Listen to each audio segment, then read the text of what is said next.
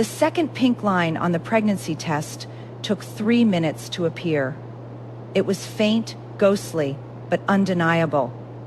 Alara Vance sat on the edge of the imported marble bathtub, the cold stones seeping through her silk robe. She was 34 years old, sitting in a bathroom that cost more than her parents' entire house, holding a piece of plastic that should have changed everything.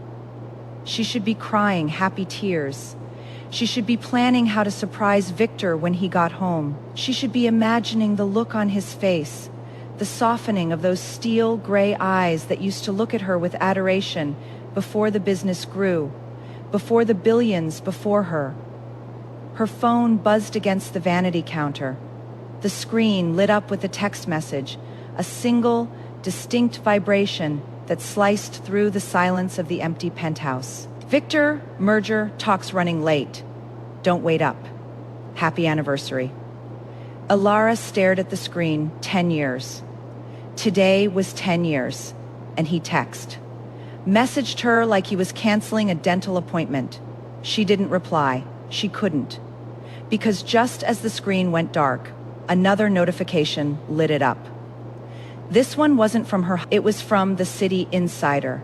A gossip app she had sworn to delete a dozen times, but never did. Breaking billionaire. Victor Thorne spotted at Teterboro Private Airport. Destination, Paris. And look who's carrying the luggage. Hello again, Leslie Cross. The photo was grainy, taken with a long lens through a chain link fence. But there was no mistaking the silhouette, the broad shoulders in a custom Italian coat.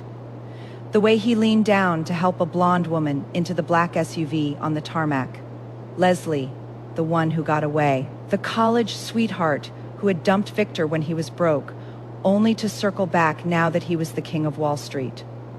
Alara put the phone down gently. She stood up and looked in the mirror.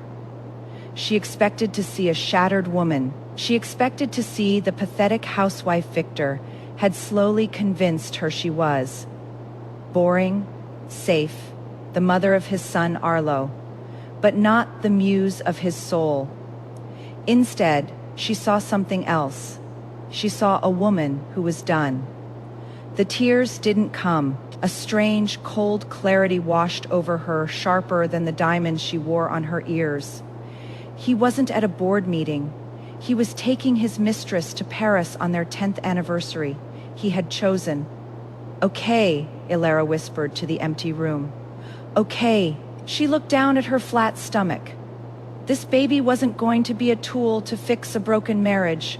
It wasn't going to be another child for Victor to ignore, just like he ignored 14-year-old Arlo, sending him to boarding school to tune him up because he couldn't be bothered to be a father. If she left now, she would leave with nothing. The prenuptial agreement she had signed at 24, blind with love, was ironclad. It gave her a pittance. Victor had made sure of that. Leave with what you came with, he liked to joke. But Victor had made one mistake, a mistake born of arrogance. He assumed Alara was too simple to understand finance. He assumed she was just a domestic creature who bought groceries and paid the housekeeper. So he had given her the black card. It wasn't a credit card. It was a charge card linked directly to his primary holding account. It had no spending limit. He had tossed it to her 3 years ago during a fight, sneering, "Here, since you contribute nothing else, you might as well spend, just don't bother me with the bills." She had never used it for anything more than Arlo's tuition and groceries. She had been too proud. Alara walked into the master bedroom. She didn't pull out a suitcase. Clothes were depreciating assets. They were heavy, bulky, and useless in a war. She sat at her vanity, opened her laptop, and pulled the Centurion card from her wallet.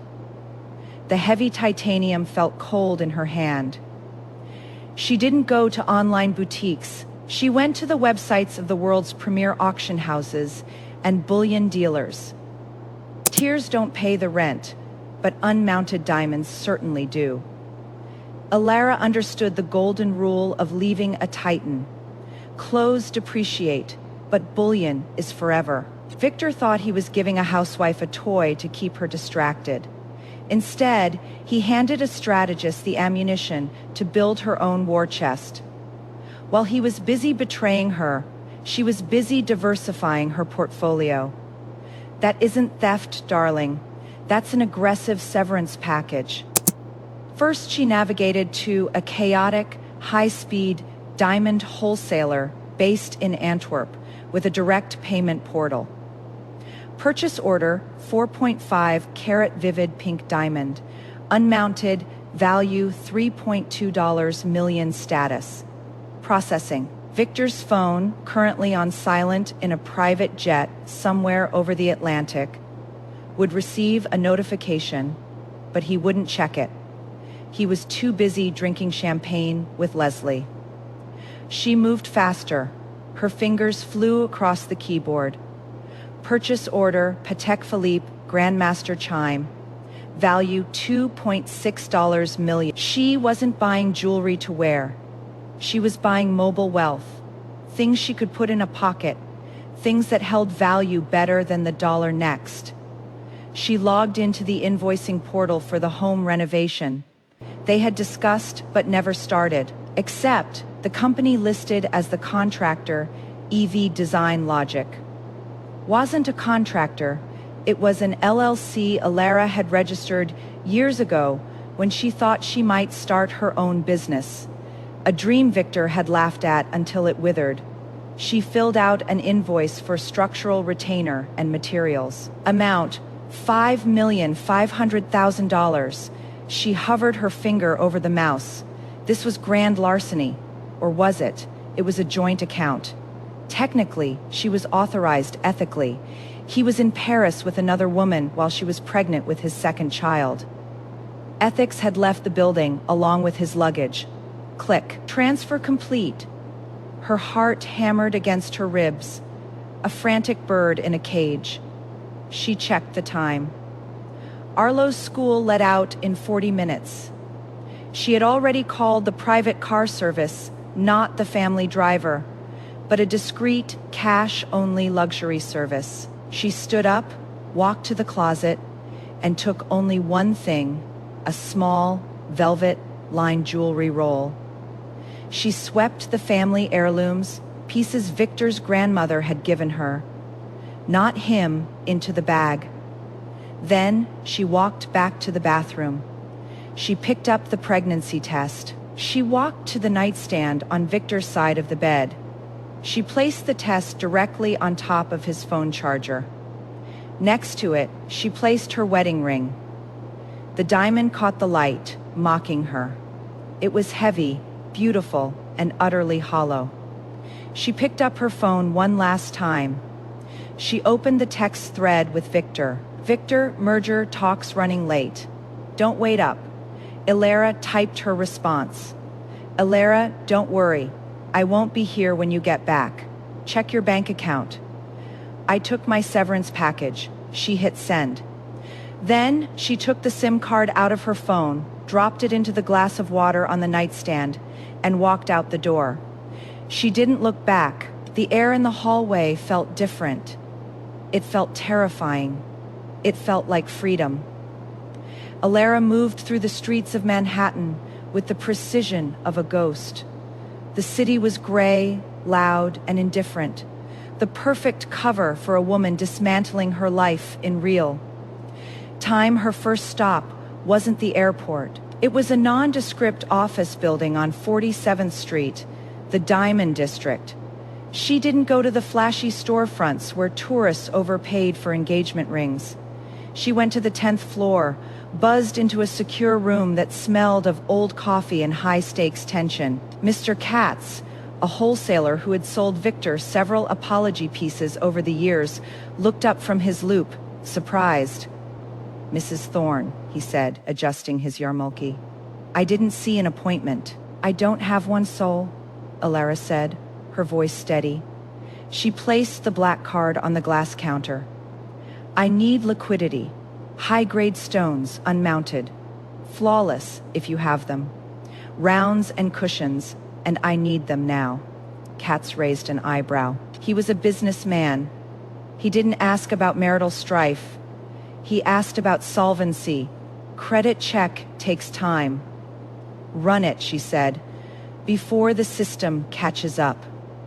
10 minutes later, Alara walked out with a velvet pouch inside her handbag. It contained 4 loose diamonds worth a collective $3.2 million. They were light, untraceable, and universally convertible currency. Her phone buzzed.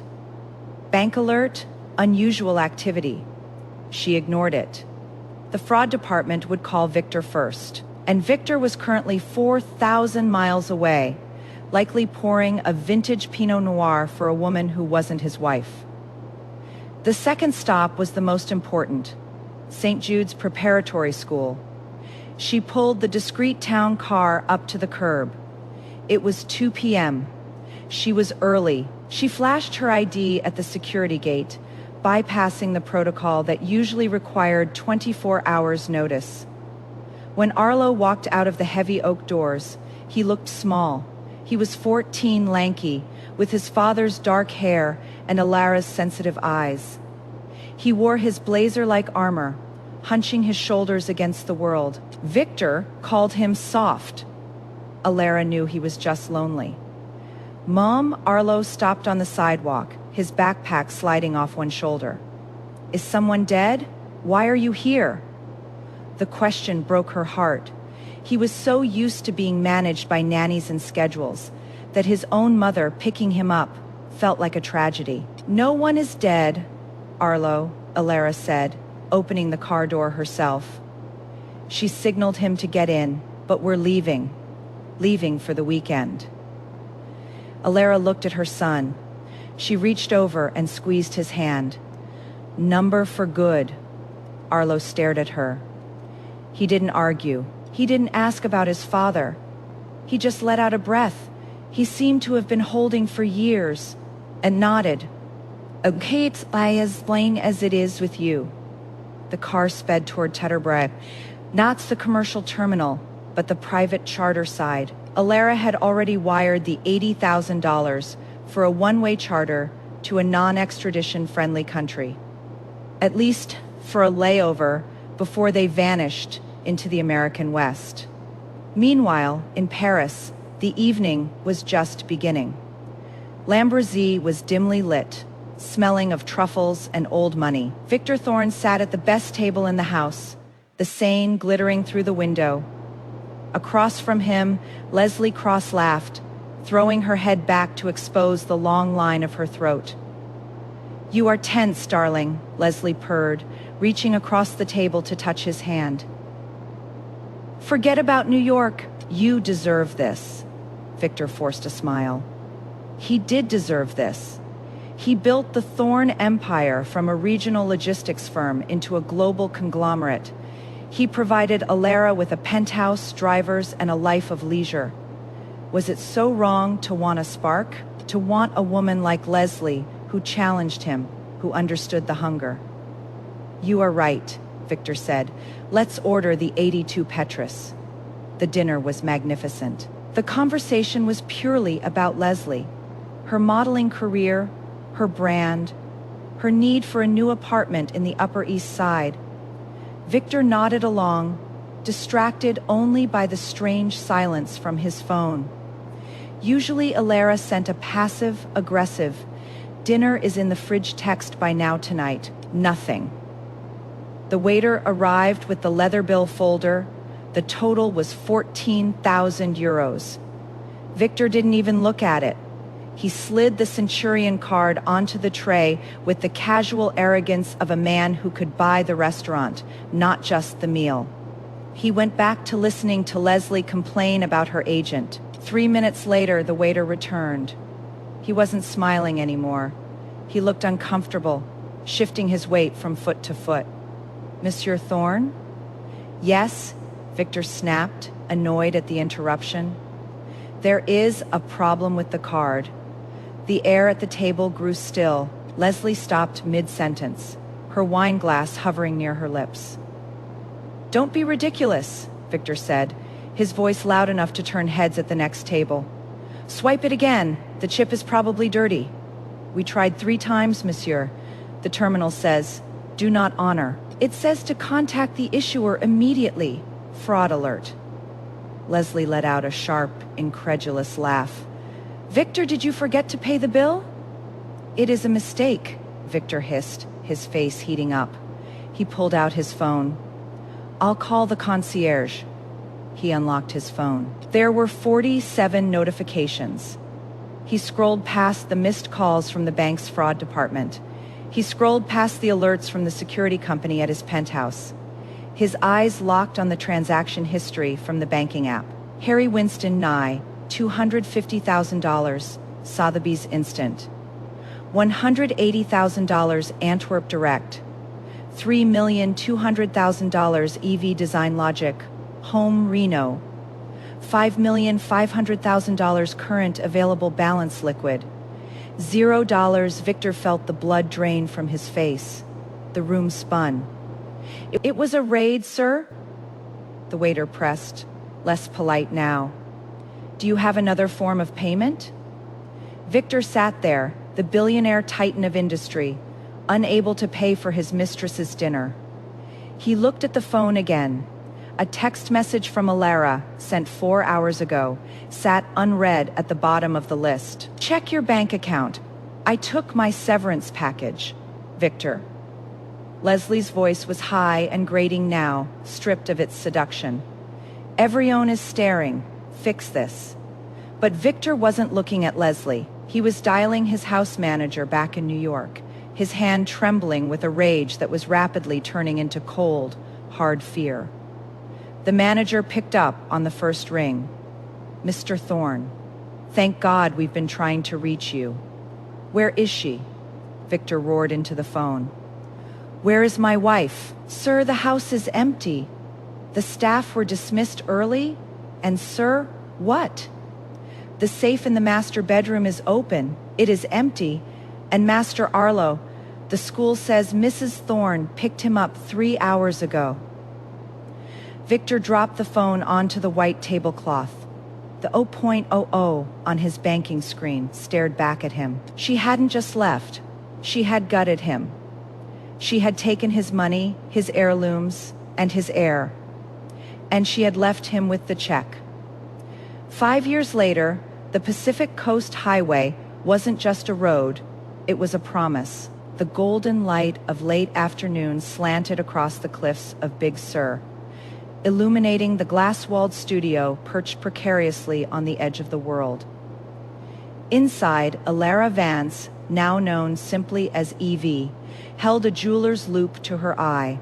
The stone in her hand wasn't a diamond. It was a rare Paraiba tourmaline, electric blue, and worth more per carat than most houses. "Mama?" A small voice broke her concentration. Alara lowered the loupe and turned, her face softening instantly. Everly, 4 years old, with a tumble of dark curls and serious gray eyes that were a carbon copy of a man Alara hadn't spoken to in 1825 days, stood in the doorway holding a mutilated stuffed rabbit. "Bunny had an accident," Everly announced solemnly. Alara smiled. The kind of smile that reached her eyes, something the old Alara, the one trapped in the Manhattan penthouse, had forgotten how to do. "Let me see. Is it critical?" Every his ear fell off. "Nothing I can't fix." Alara picked up her daughter and set her on the workbench, sweeping aside sketches of a necklace commissioned by a Saudi princess. She grabbed a needle and thread from her emergency kit. In this new life, Alara was capable. She was the founder of Lunaris, a boutique jewelry house that had become the whisper on every stylist's lips.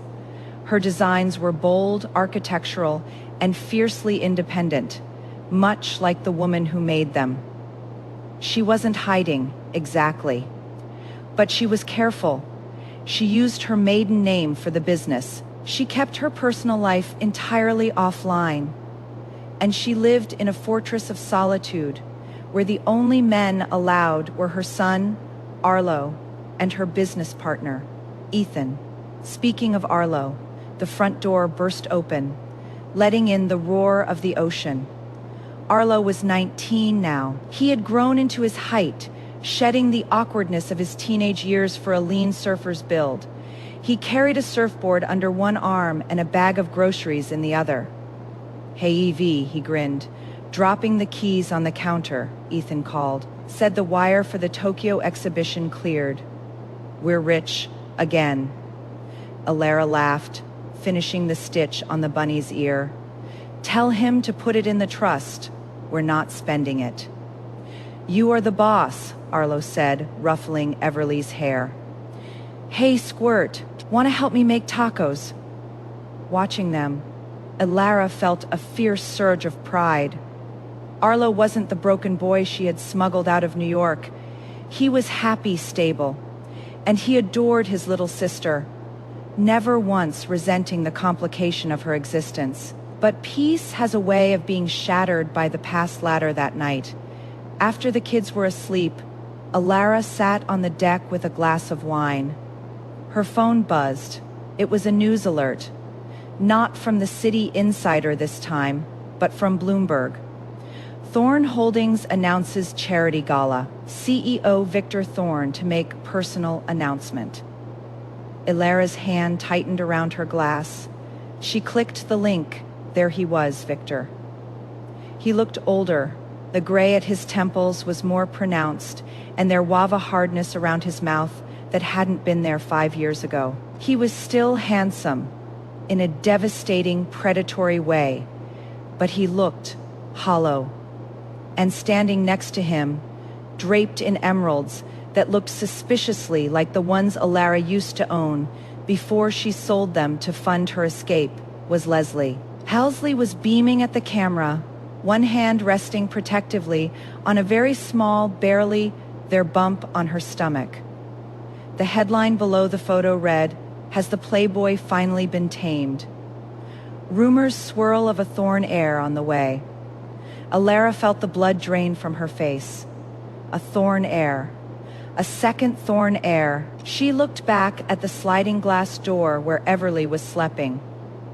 Everly, who had Victor's chin, his intellect, and his stubbornness. Everly, who was legally entitled to half of everything Victor owned, regardless of what Leslie's announcement was. If Leslie had a child, it would complicate everything. Inheritance laws, trusts, Arlo's future, and worse, Victor had no idea Everly existed. Alara had left when she was 6 weeks pregnant. She had hidden the pregnancy, rebirthed herself, and raised her daughter in secret to protect her from the toxic environment of the Thorne household. But now Leslie was staking a claim, and Alara knew Leslie. She was a viper. If she secured her position as the mother of the only heir besides the estranged Arlo, she would cut Arlo out entirely. Alara set her wine glass down. The calm ocean suddenly looked dark and violent. She picked up her phone and dialed a number she hadn't called in years. "Ethan," she said when he answered, her voice steel. "Alara, it is midnight. What is wrong?" "Book the jet," she said. "We're going to New York." "New York? Are you insane? You haven't stepped foot in that city since." "I know," she interrupted. "But Victor is hosting a gala on Saturday, and I have an RSVP to crash. Alara, think about this. If he sees you, if he sees me, he sees me. I'm not running anymore. Leslie thinks she's winning because she's the only player on the board. She forgot the queen is still in the game." She hung up. Alara walked to her closet. In the back, behind the bohemian dresses and cashmere sweaters she wore in California, hung a garment bag. She unzipped it. Inside was a dress she had designed herself but never worn. It was black velvet, structured, with a neckline that plunged daringly and a slit that went up to her thigh. It was a weapon of mass destruction in fabric form. She ran her hand over the velvet. "Mom," Arlo appeared in the hallway, rubbing his eyes. "I heard you yelling. What is going on?" Alara turned to her son. She didn't lie to him anymore. Your father is making a mistake, she said calmly. And we're going to stop him. Arlo's eyes widened. Then, slowly, a grin spread across his face, sharp, dangerous, and very much like his mother's. About time, he said. I'll pack my suit. New York City didn't embrace them. It challenged them. The Gulfstream G650 touched down at Teterboro under a shroud of gray clouds. It was the same airport Alara had fled from 5 years ago, huddled in the back of a rental car. Today, she descended the jet stairs wearing oversized sunglasses and a cashmere coat that cost more than the sedan she'd escaped in. Welcome back, Mrs. Vance, the driver said, holding the door of the armored SUV. Miss Vance, Alara corrected smoothly, sliding onto the leather seat. Arlo sat beside her, adjusting the cuffs of his bespoke suit. He looked out the window at the skyline, piercing the gloom. It looks smaller than I remember. It is, Alara said, taking his hand. Because you are bigger. They bypassed the hotels too public. Ethan had secured a short-term lease on a penthouse in Tribeca, secure, private, and breathtakingly expensive. They had exactly 4 hours until the gala began at the Metropolitan Museum of Art. The atmosphere in the penthouse was one of calculated chaos. Everly was the calm amidst the storm, sitting on a velvet ottoman, entranced by the city lights. Alara's stylist, a woman named Coco, who had no idea who Alara used to be, only who she was, zipped up the back of the black velvet gown. It fits like a glove, darling, Coco murmured, stepping back. But it needs something, a necklace? No necklace, Alara said. She walked to the safe she had installed that morning. She pulled out a flat leather box. Inside lay the Phoenix Suite. It was her masterpiece. Not diamonds, Victor's preferred stone, but spinels, deep, blood, red spinels set in blackened platinum.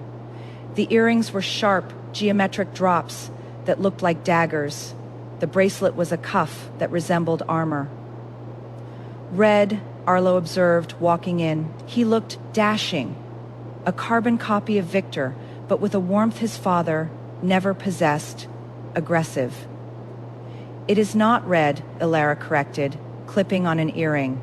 It is the color of consequences. She turned to Everly. Come here, little bird.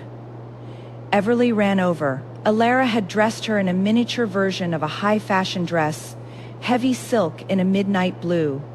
She looked like a princess in exile. We're going to a party, Alara told her daughter, smoothing her curls. There will be cameras. Do you remember the game? Everly nodded solemnly. Chin up. Don't smile unless you mean it. Hold Arlo's hand perfect. Alara stood up. She caught her reflection. The terrified housewife was gone. In her place stood the CEO of Lunaris, a woman who had built an empire from the ashes of a marriage. Let's go, she said. I believe we have an announcement to interrupt. The temple of Dender at the Met was a sea of tuxedos and couture gowns. The air smelled of expensive perfume and ambition. Victor Thorne stood near the Egyptian sandstone, a glass of scotch in his hand. He hated these events. He hated the fake smiles, the endless requests for capital, the shallow conversations. Smile, darling, Leslie whispered, gripping his arm with talons, manicured in ballet slipper pink. She was wearing white, a heavy beaded thing meant to evoke purity and maternal grace. The photographer from Vogue is looking. Victor forced a grimace that passed for a smile. Are we doing this soon? He muttered. I have a headache. Stop complaining.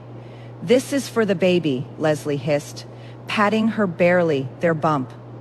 We have to secure the narrative before the board meeting next week. A stable family man gets to keep his chairmanship. Victor looked at her. He felt a wave of exhaustion so profound it nearly knocked him over. He realized with a jolt of horror, that he was bored. He was bored of Leslie, bored of the money, bored of the life he had chosen. He stepped up to the microphone. The room quieted. A hush fell over the elite of Manhattan. "New York," Victor began, his voice booming through the speakers. "Thank you for coming. Tonight isn't just about charity. It is about the future of Thorn Holdings. It is about legacy." Leslie stepped up beside him, beaming, feigning, a shy humility that made Victor's stomach turn. "As many of you know," Victor continued, reciting the script, "life is about chapters, closing some and opening others. Tonight, I am proud to announce."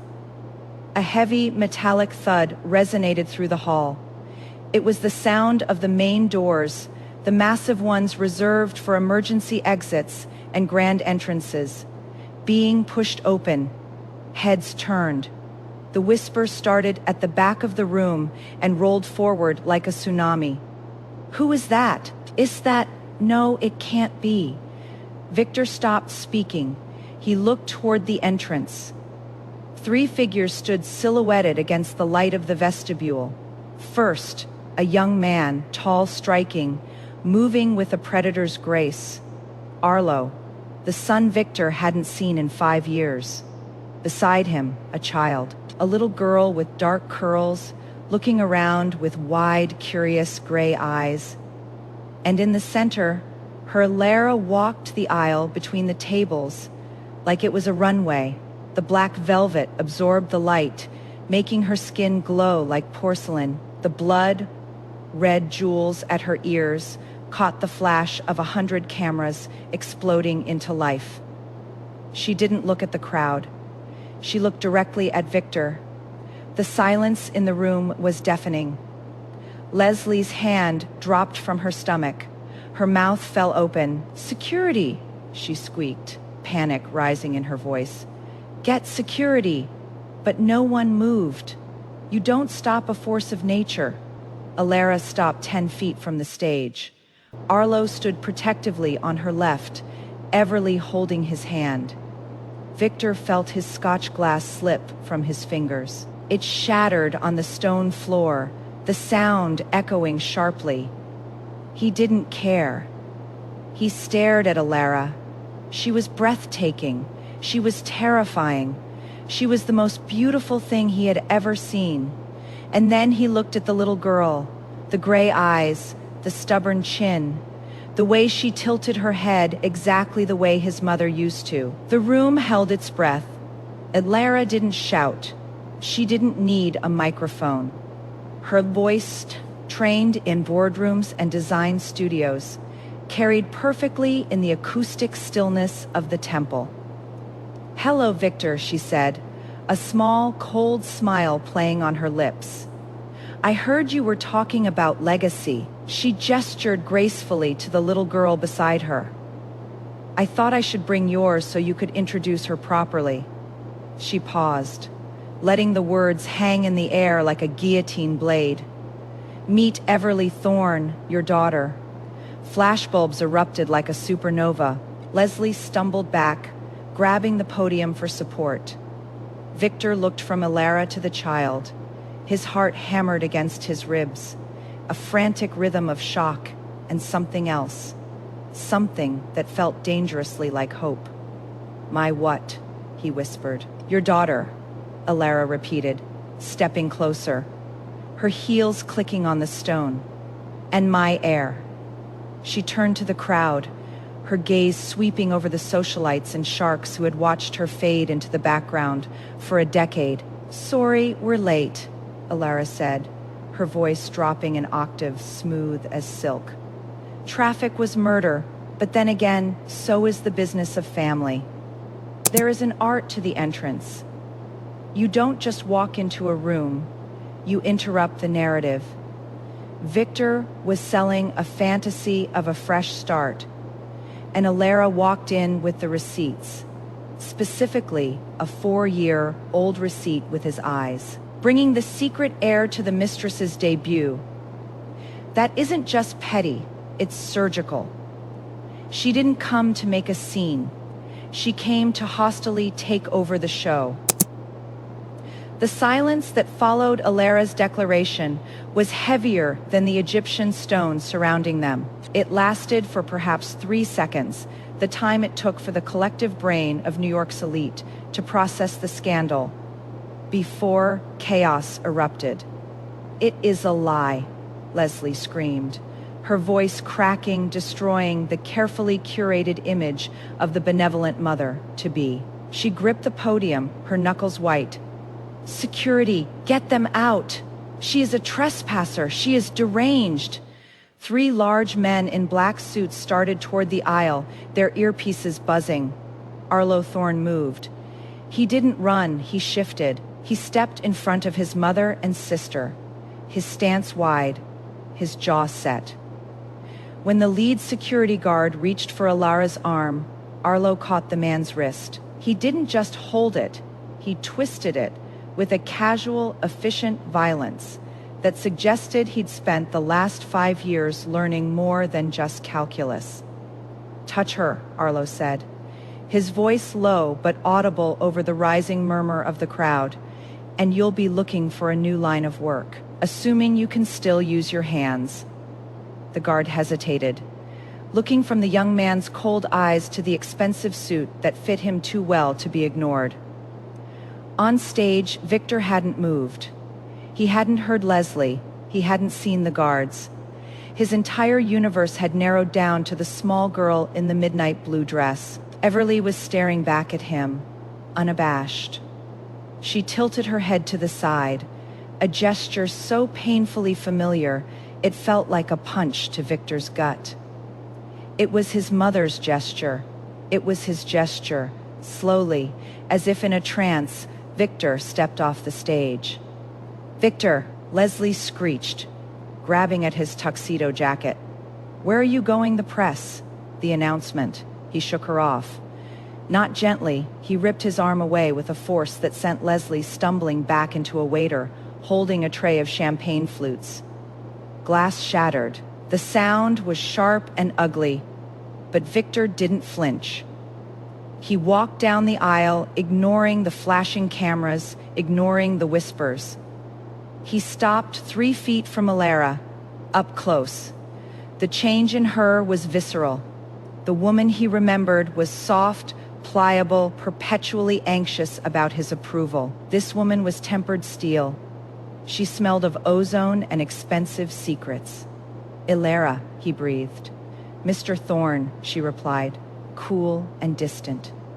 Victor's eyes drifted down to Everly.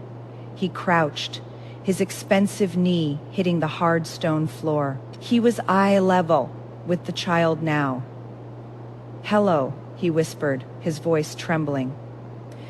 Everly looked at Alara for permission. Alara gave a nearly imperceptible nod. "Hello," Everly said. "I like your shoes. They're shiny." Victor let out a wet, choked laugh. Tears, hot and unfamiliar, pricked his eyes. "Thank you. I like your dress." "My mom made it," Everly said proudly. "She makes everything." Victor looked up at Arlo. His son, the boy he had called soft, Arlo was staring at him with a mixture of contempt and pities. "She is 4, Victor," Arlo said, the words cutting through the noise. "Do the math. You were too busy booking flights to Paris to notice Mom was sick in the mornings." The accusation hit its mark. Victor flinched physically. "Victor," Leslie had recovered. She was marching down the aisle now, her face a mask of fury, flanked by her publicist who looked ready to faint. "This is absurd. A secret child. It's a shakedown. It's a deep fake." "Look at her. She's clearly..." "Quiet," Victor said. He didn't shout. He didn't look at her. He spoke with the absolute, terrifying authority of a man who owned the building. "Excuse me," Leslie gasped. Victor stood up. He turned to face his mistress, his fiancée, and the room went deadly quiet again. "I said quiet," Victor repeated. "Look at her face, Leslie. Really, look at it. If you say she isn't mine, you are either blind or stupid." and I don't marry stupid women. Leslie's mouth opened and closed like a fish. The Vogue photographer was snapping pictures so fast, the shutter sounded like a machine gun. Alara checked her watch with unparalleled casualness. "Well," she said, smoothing her velvet skirt. "We just dropped by to offer our congratulations and to give you the subpoena." "Subpoena?" Victor blinked. Alara reached into her clutch, not for a lipstick, but for a folded document. She tucked it into Victor's breast pocket, patting his chest gently. "You are dissolving the family trust to make room for the new heir," she said, glancing at Leslie's stomach. "But Everly is a beneficiary. You can't dissolve it without her consent or mine," she smiled. "And it was the most dangerous thing in the room. I'll see you in court, Victor, or in the boardroom. I own 12% of the voting stock now. Did you know? Buybacks are tricky when you don't check the shell companies." She turned on her heel. "Come, Arlo, Everly, past bedtime. Wait." Victor stepped forward. "Alara, you can't just... Where are you staying?" Alara paused.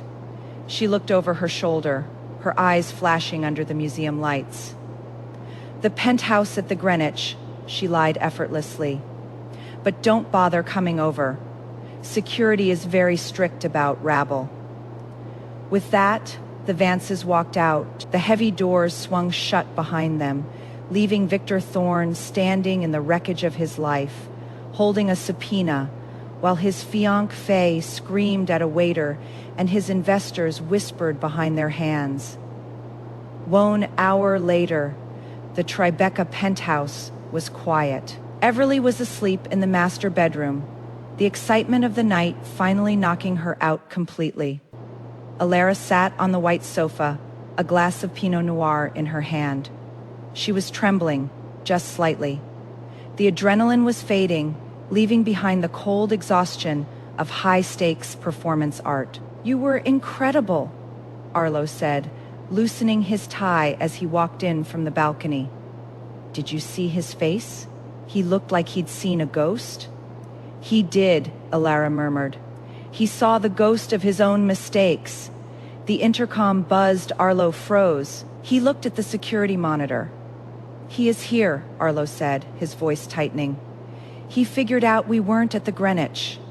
"He is resourceful when he wants something," Alara said. She took a sip of wine.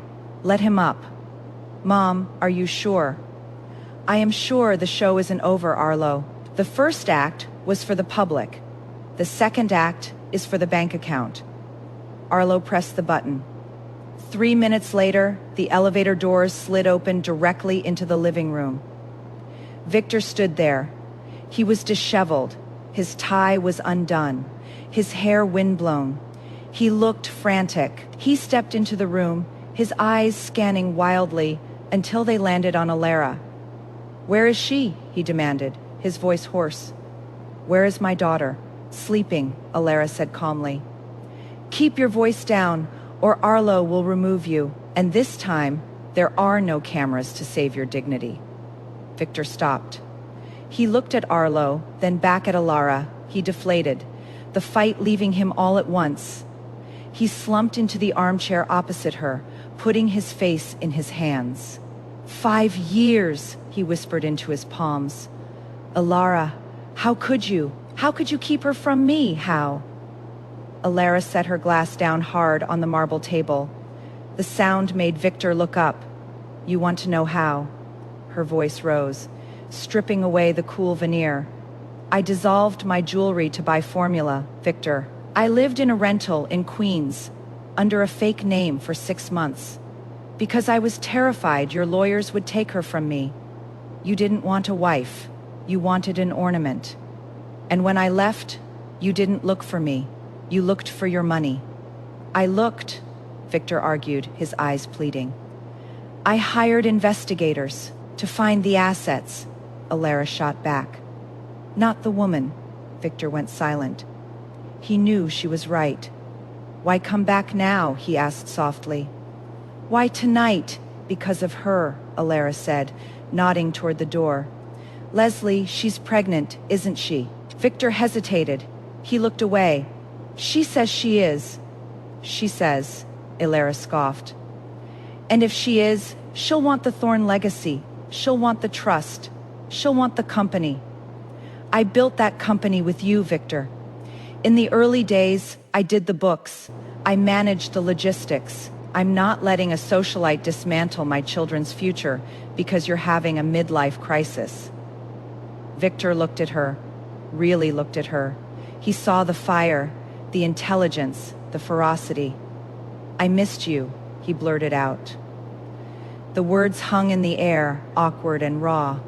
Alara stared at him. For a second, her expression softened. Then, the steel returned. That is unfortunate for you, she said. She picked up a folder from the table and slid it across to him. This isn't a divorce settlement, she said. We never divorced. Remember, that makes this easier. What is it? Victor asked, picking up the papers. An employment contract, Alara said. I am retaking my seat on the board of directors, effective immediately, and I want veto power on all trust fund allocations. Victor stared at the shimmering woman in front of him. He thought of Leslie, screeching about her image. He thought of the empty, quiet halls of his penthouse.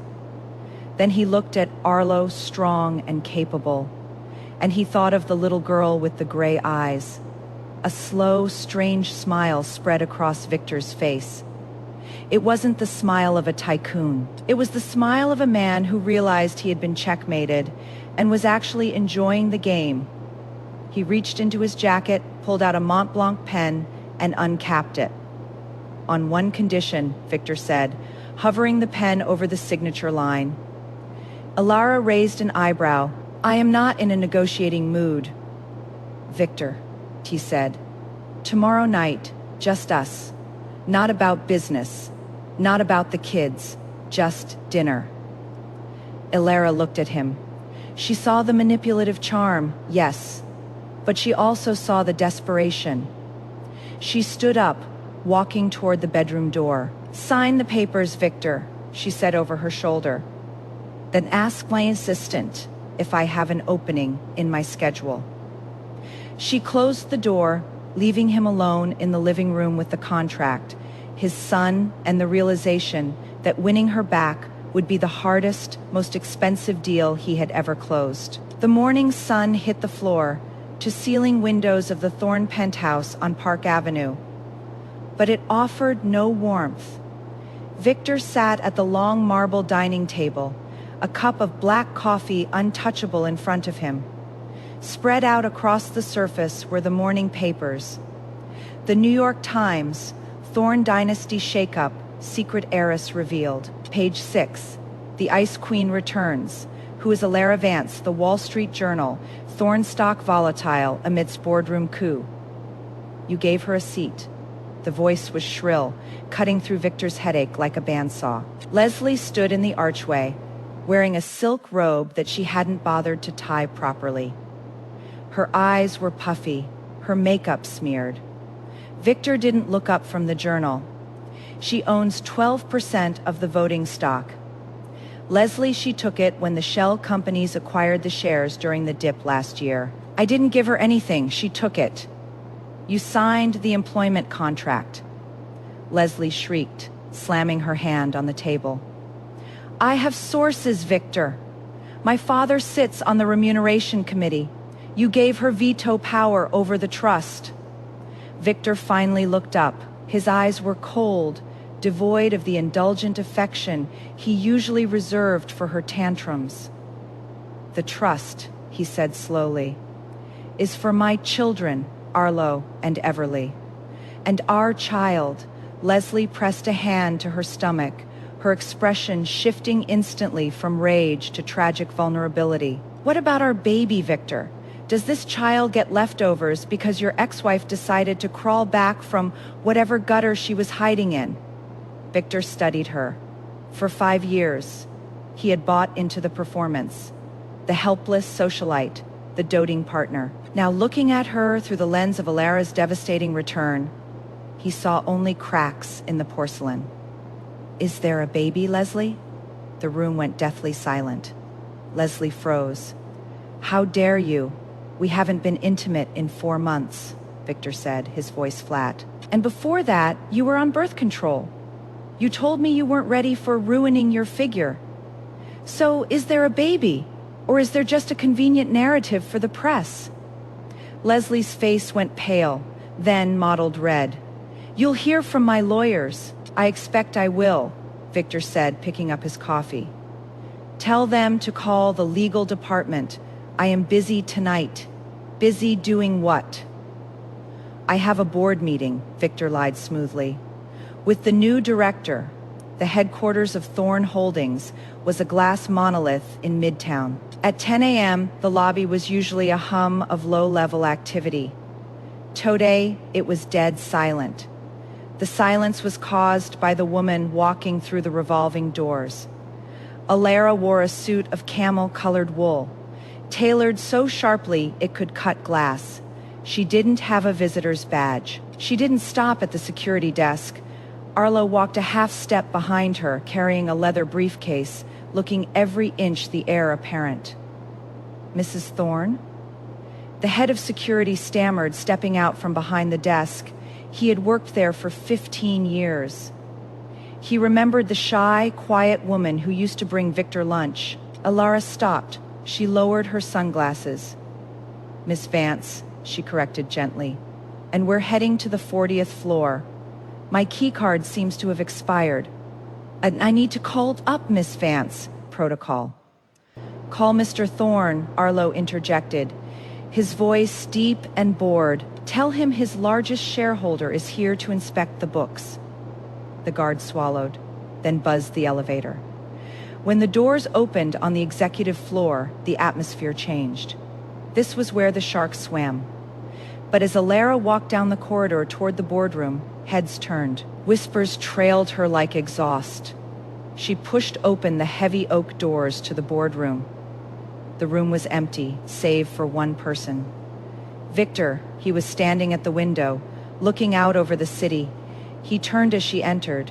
He had shaved, changed into a fresh navy suit, and looked almost like the man she had fallen in love with a lifetime ago. "Almost." "You are early," Victor said. "I like to survey the battlefield before the troops arrive," Alara replied, placing her bag on the mahogany table. She gestured for Arlo to sit. "Arlo will be taking notes." Victor nodded at his son. "Arlo, you look good." "You look tired," Arlo replied, not unkindly, but without warmth. Victor flinched, then turned to Alara. "About tonight. This is a place of business, Victor." "I know," he stepped closer, stopping warier of the invisible line drawn between them. "But the contract said dinner, tonight, 8 p.m. Lacuco." Alara raised an eyebrow. "French, predictable. It is quiet and the lighting is good." Victor's voice dropped. "I need to talk to you, Alara. Not as a shareholder, not as a mother, as you." Alara held his gaze. She saw the desperation there, raw and unpolished. She also saw the cunning. Victor Thorne didn't plea, he negotiated.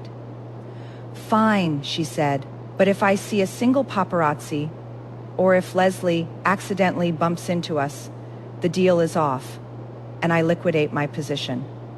"You wouldn't," Victor said. "That would tank the stock price." "Try me," Alara whispered. "I built a jewelry empire from nothing while raising 2 children alone. Do you really think I care about your stock price?" Victor let out a breath. A smile tugged at the corner of his mouth, a genuine one. "God, I missed this," he murmured. "I missed you fights. Save it for the appetizer, Victor. We have work to do." She pulled a file from her bag.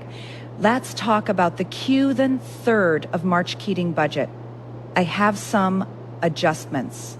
Locuco was dimly lit, smelling of butter and expensive wine. They had a private booth in the back, shielded by heavy velvet curtains. Elara had changed. She wore emerald green silk, a color that made her eyes look dangerous. She wore no jewelry except for the phoenix ring on her right hand. Victor poured the wine himself, waving away the sommelier. "So," Elara started, swirling the glass, "why did you agree to the terms? You could have fought me in court." "I would have lost," Victor admitted. Publicly, he took a sip.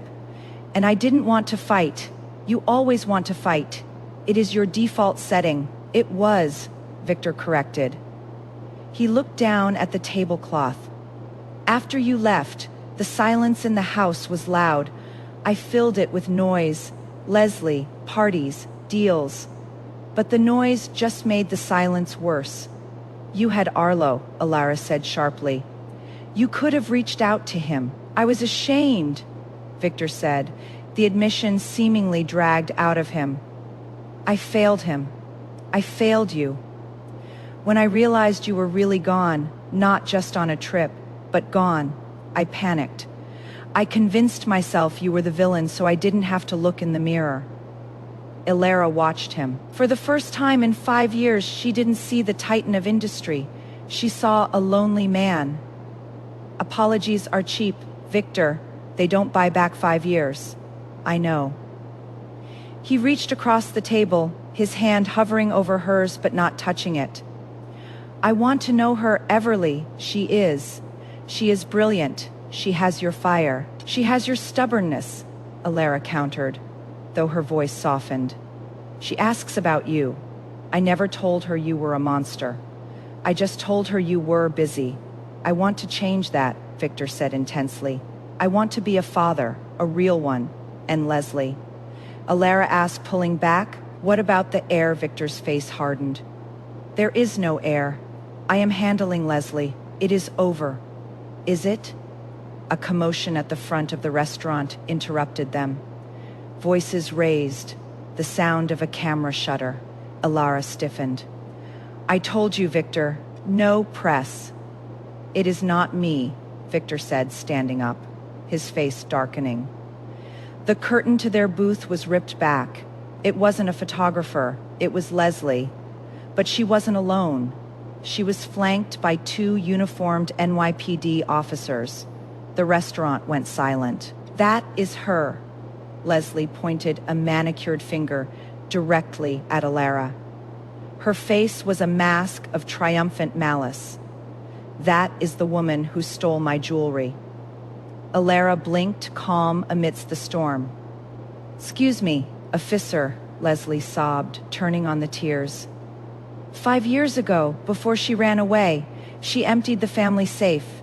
Those emeralds she wears. They're stolen property, grand larceny." Victor stepped in front of the table. "Leslie, are you insane? Get out of here." "I filed the report 5 years ago, Victor," Leslie hissed. "You remember when the insurance adjusters came?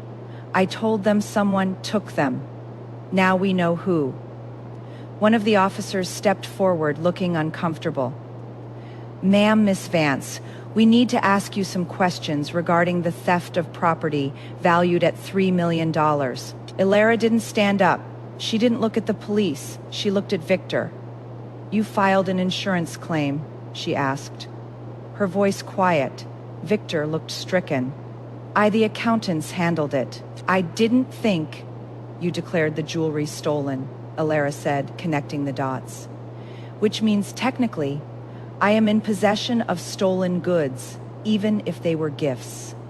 She stood up slowly, picking up her clutch. "Elara, I'll fix this," Victor said, panic rising in his voice. "Officer, this is a misunderstanding. I'll drop the charges." "It is a state matter now, Mr. Thorne," the officer said. "Insurance fraud is a felony. Possession is a felony. We need her to come to the station." Elara walked past Victor. She stopped next to Leslie, leaning in close so only the other woman could hear. "You think this is a checkmate," Elara whispered, smelling the cheap vodka on Leslie's breath. But you just knocked over the king to get to a pawn. You have no idea what piece I am. She held her hands out to the officer. Am I under arrest? Just detained for questioning, ma'am. Fine, Alara said, her head high. Call my lawyer and tell my son to execute Protocol 0. As they led her out past the stunned diners and the flashes of paparazzi cameras that had miraculously appeared outside, Victor stood frozen.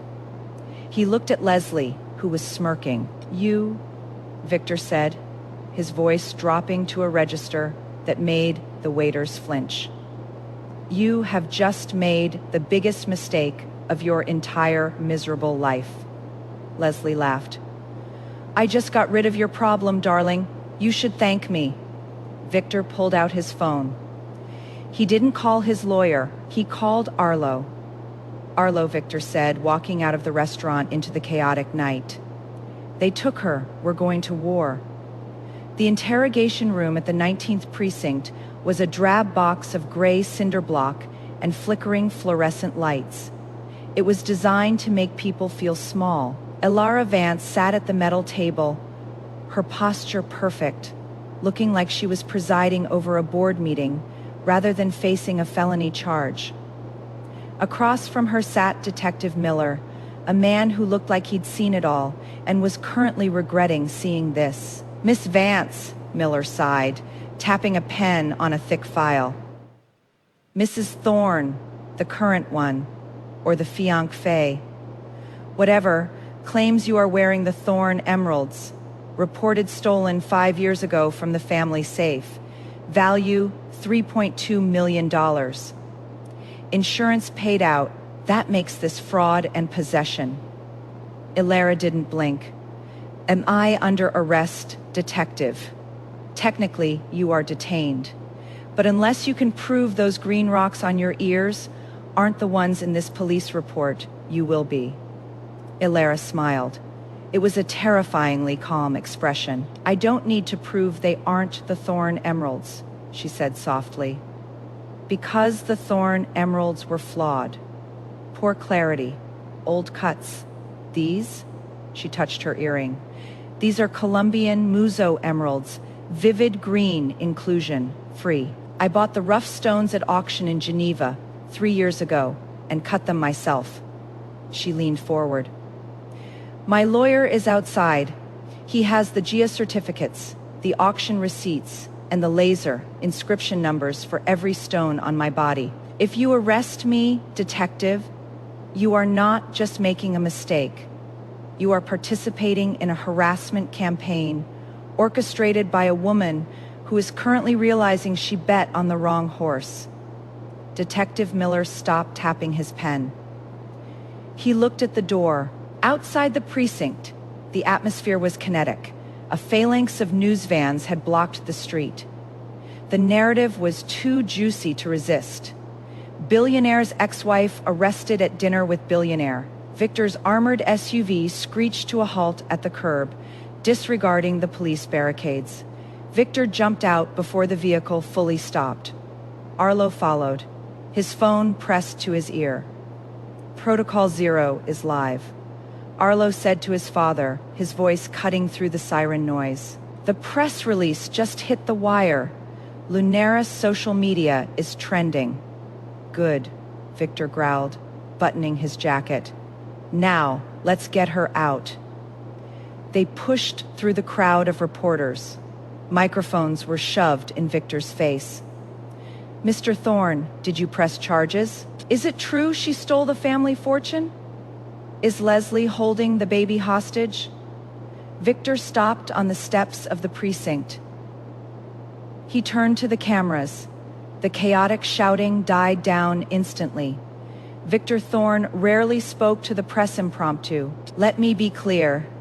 Victor's voice boomed, projecting authority. Alara Vance is the mother of my children and a respected business leader. The allegations made tonight are not only false, they are malicious. The jewelry in question belongs to her. It always has. He paused, his eyes scanning the lenses. Furthermore, regarding the theft 5 years ago, that was a clerical error during an audit. The assets were never stolen. They were misplaced during a difficult separation. Any insurance payout received will be returned with interest tomorrow morning. A gasp went through the press pool. He was taking the hit. He was admitting to potential corporate negligence to clear her name. Now, Victor said, turning his back on them. Excuse me. Inside, the scene was tense. Leslie was standing near the desk sergeant, looking triumphant, until Victor burst through the doors like a battering ram. You, Victor pointed a shaking finger at Leslie, withdraw the statement. Why should I? Leslie sneered, crossing her arms. She is a thief, Victor. I am protecting your legacy. You are destroying it, Victor roared. Arlo, show her. Arlo stepped forward and held up his tablet. On the screen was a live feed of the Lunaris website. A new banner dominated the homepage, the Phoenix Collection, Rise from the Ashes. Below it was a video. It showed Alara in a studio, hand cutting the very emeralds she was wearing tonight. The timestamp was 3 years ago. The caption read, "True value isn't inherited, it is built." She designed this whole night, Arlo said, looking at Leslie with cold satisfaction. She knew you'd recognize the color. She knew you'd call the police. You just gave her a global audience for her product launch. Leslie's face drained of color. Number that is, she can't. The door to the interrogation room opened. Alara walked out. Her lawyer, a shark named Sterling, who cost more per HR than a Ferrari, walked beside her. Alara didn't look tired. She looked exhilarating. She stopped in front of Leslie. The height difference was only a few inches, but Alara seemed to tower over her. The police are satisfied with my documentation, Alara said pleasantly. However, my lawyer is currently drafting a suit for defamation, false imprisonment, and emotional distress. Given your lack of personal assets, Leslie, I assume you'll be asking Victor to pay the settlement. She turned to Victor. Her eyes softened just a fraction. You cleared the insurance claim. I did, Victor said. It is handled. Good. Alara adjusted her coat. Then I believe we're done here. Alara, Victor grabbed her hand. He didn't care that the entire precinct was watching. Come home to the penthouse, please. The press is swarming your hotel, or wherever you are actually staying. It is not safe for Everly. Alara hesitated. She looked at Arlo, who gave a small shrug that said, he is right. She looked at Leslie, who was now weeping softly into a tissue, ignored by everyone. Fine, Alara said, but the guest room, and Arlo runs security. The ride to the penthouse was silent, but it was a comfortable silence, the kind that comes after a storm breaks. When they entered the massive apartment, the city lights below them, it felt different than it had for the last 5 years. It felt occupied. Everly was asleep in Arlo's old room, guarded by Alara's personal security detail. Alara collapsed onto the sofa, kicking off her heels. I need a real one. Victor went to the bar. He poured 2 glasses of scotch, the expensive stuff he usually saved for closings, and brought them over. He sat on the coffee table facing her, leaning forward, his elbows on his knees. You played me, he said, admiration coloring his tone. The emeralds, the dinner you knew Leslie would snap.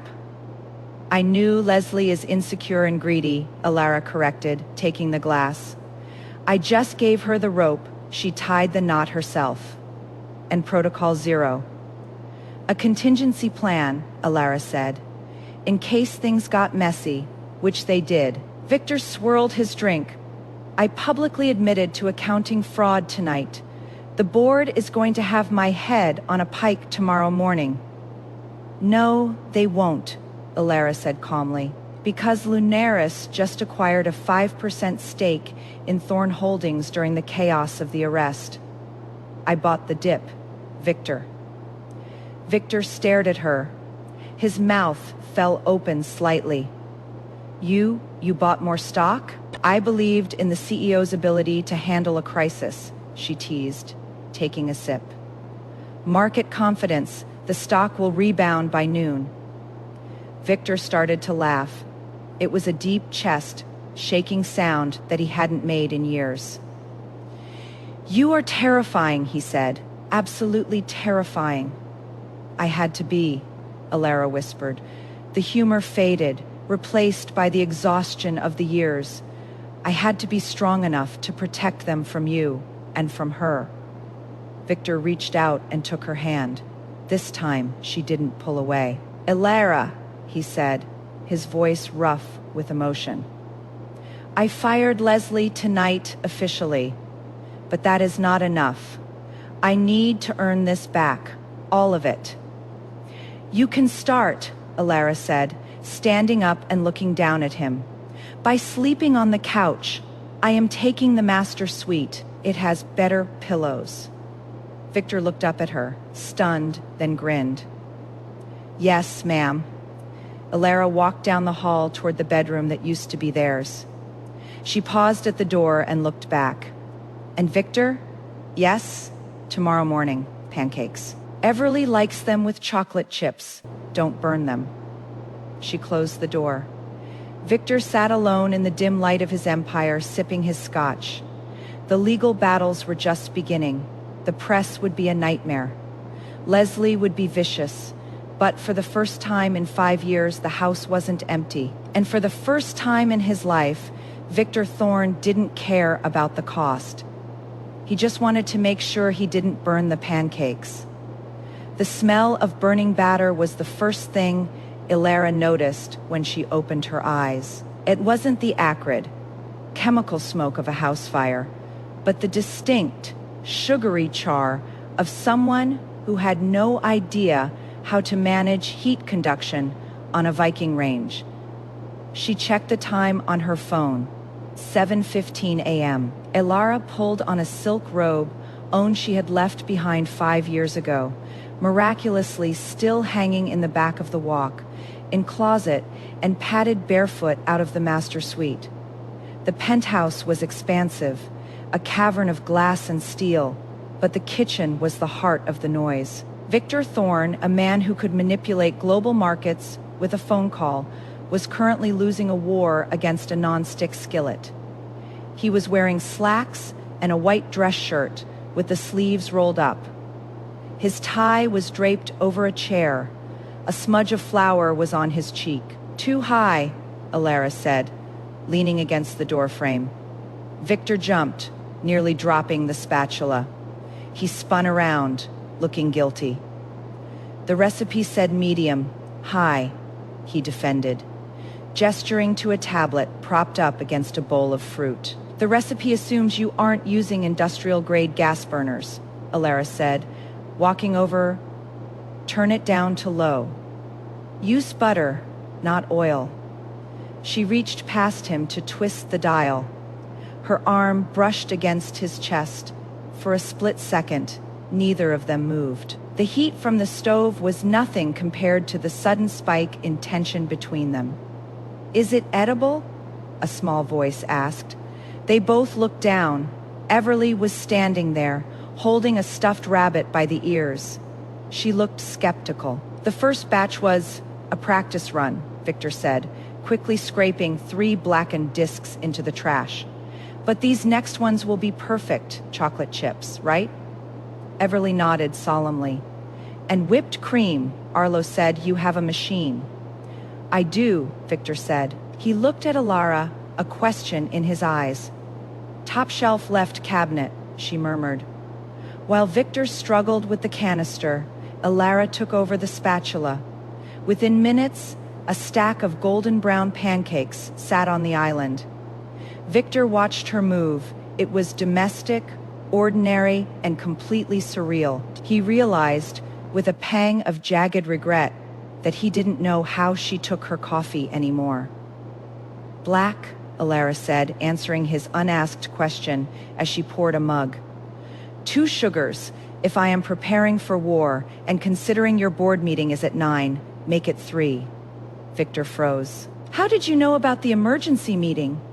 I am a major shareholder, Victor. I got the email notification at 4 a.m. She handed a plate to Everly. Leslie's father, Silas Van Duren, called it. He is moving for a vote of no confidence.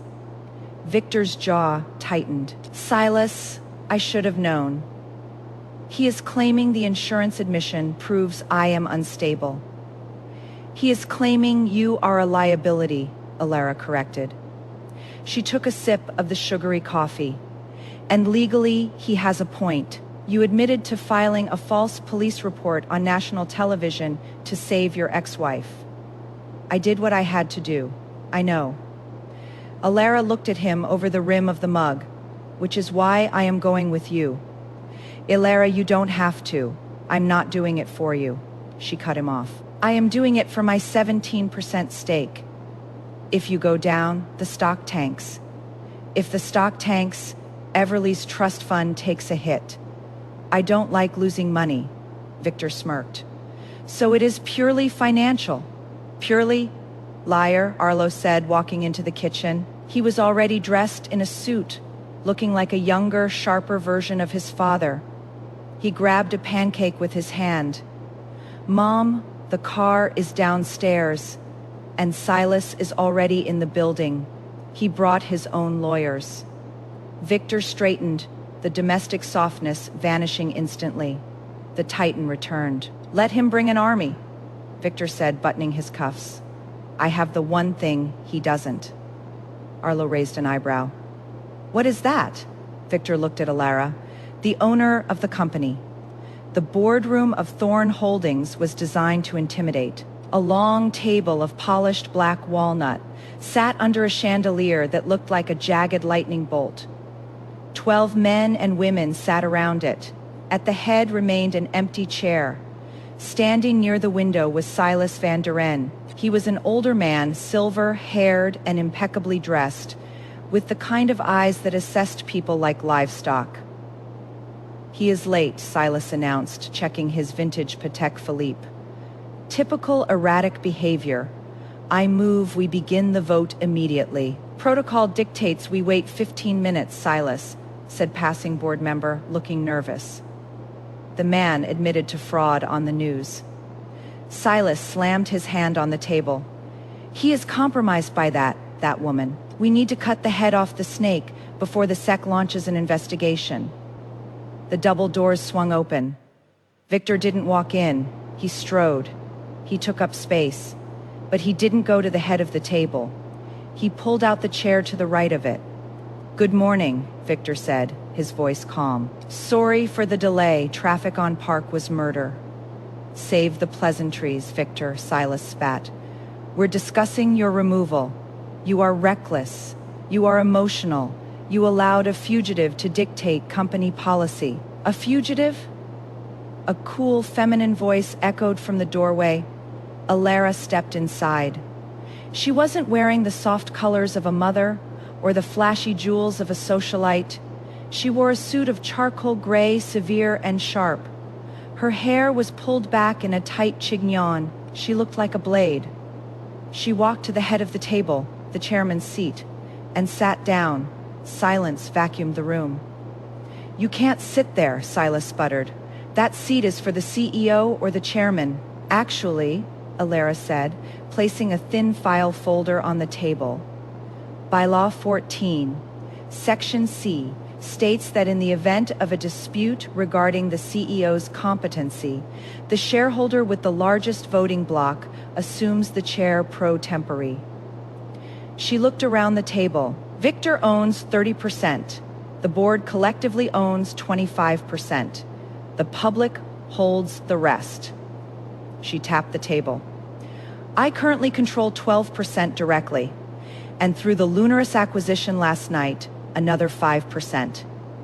Plus, I hold the proxy for the Children's Trust, which is another 8%. She did the math in the air. That puts me at 25%. Victor has recused himself from the vote. That makes me the chair.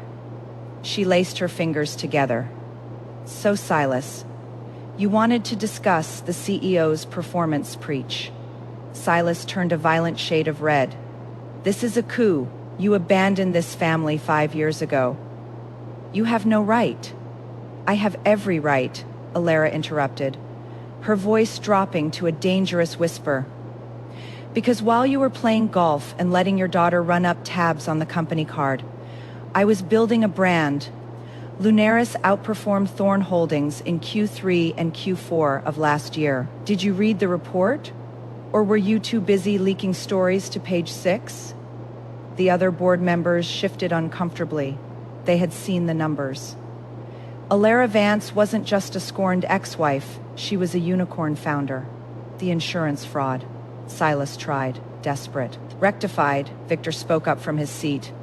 The funds were returned this morning, plus a 10% administrative fee donation to the NYPD pension fund. They're releasing a statement thanking us for our generosity within the hour. Alara nodded. Now, on to the real issue. Leslie Van Daren, Silas bristled. Leave my daughter out of this. She is the liability, Silas, Alara said. Her spending, her public outbursts, and her alleged medical condition.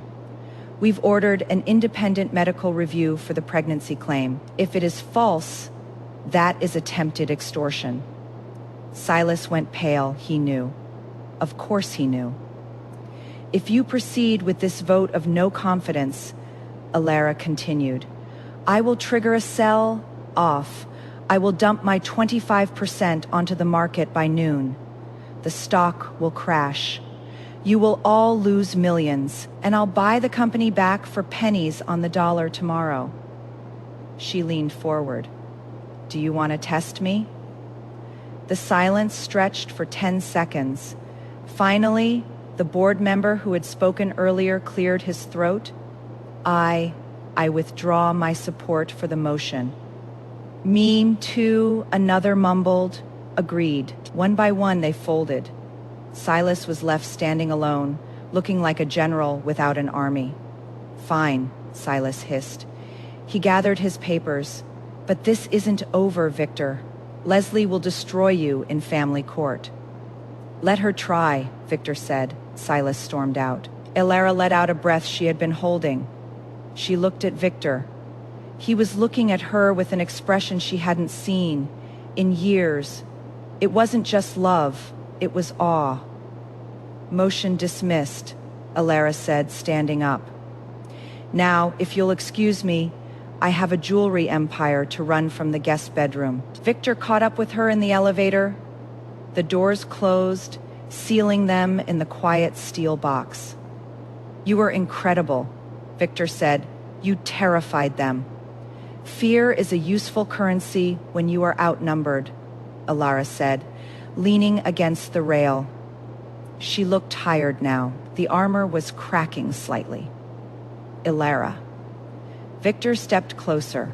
He placed a hand on the wall next to her head, boxing her in but not touching her. Thank you, I told you. I did it for the money. Stop lying. He looked down at her. The air in the elevator felt charged heavy. 5 years, Victor whispered. I wasted 5 years being angry at a ghost. I don't want to waste another day. Victor, we can't just fix this. You hurt me. You erased me. I know. And I will spend the rest of my life apologizing. But tell me you don't feel this. He leaned in. His lips were inches from hers. She could smell the coffee and the expensive cologne. Her heart hammered against her ribs. Alara started, her breath hitching. The elevator dinged. The doors slid open. They weren't on the ground floor. They were on the parking level. And standing there, leaning against Victor's car, was Leslie. But she wasn't alone. She was holding a lit cigarette. And next to her stood a man Alara recognized instantly. It was Marco, the fence she had used to sell her first few pieces of jewelry in Queens when she was desperate for cash. The man who knew the fake name she had used. The man who knew about the darker, grittier side of her survival. Leslie dropped the cigarette and crushed it with her heel. So, Leslie smiled, her teeth white and predatory. The happy couple, did you tell him, Alara? Did you tell him how you really got the seed money for Lunaris? Victor stepped in front of Alara. Get away from the car, Leslie. Ask her, Victor. Leslie laughed. Ask the sainted mother what she had to do in that basement in Queens to get 50 grand in cash.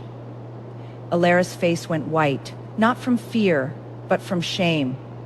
Victor looked back at Alara. He saw the panic in her eyes. It doesn't matter, Victor said, turning back to Leslie. Whatever it is, I don't care. Oh, you will, Leslie said. She pulled a manila envelope from her bag. Because I have pictures, and Marco here, he loves to talk to the press. Alara stepped out from behind Victor. Her hands were shaking, but her voice was steady. You want a war, Leslie, Alara said. Fine, but remember one thing. What is that? I survived having nothing, Alara said. You wouldn't last 5 minutes. She grabbed Victor's hand. Drive, we're leaving. But the pictures, Victor started. Let her leak them, Alara said, staring Leslie down. The truth is a lot less interesting than she thinks. But if she touches my reputation, I will burn her world to ash.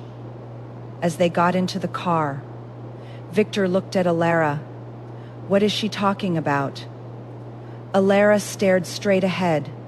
Drive, Victor. I'll tell you everything, but not here. The car roared to life, leaving Leslie in the exhaust fumes, holding an envelope that suddenly felt very light. The silence in the Maybach was heavier than the armored doors sealing them inside. Rain had begun to fall, streaking the tinted windows and blurring the New York skyline into gray smears. Victor drove. His knuckles were white on the leather steering wheel. He didn't look at her, his eyes fixed on the slick asphalt of the FDR drive. Tell me, he said finally. His voice was tight, a coiled spring. Alara stared out the window, watching the city rush by. You really want to know? Or do you want me to tell you it was nothing so you can sleep tonight? I want the truth, Alara. Leslie thinks she has a nuclear bomb, does she? Alara let out a hollow laugh.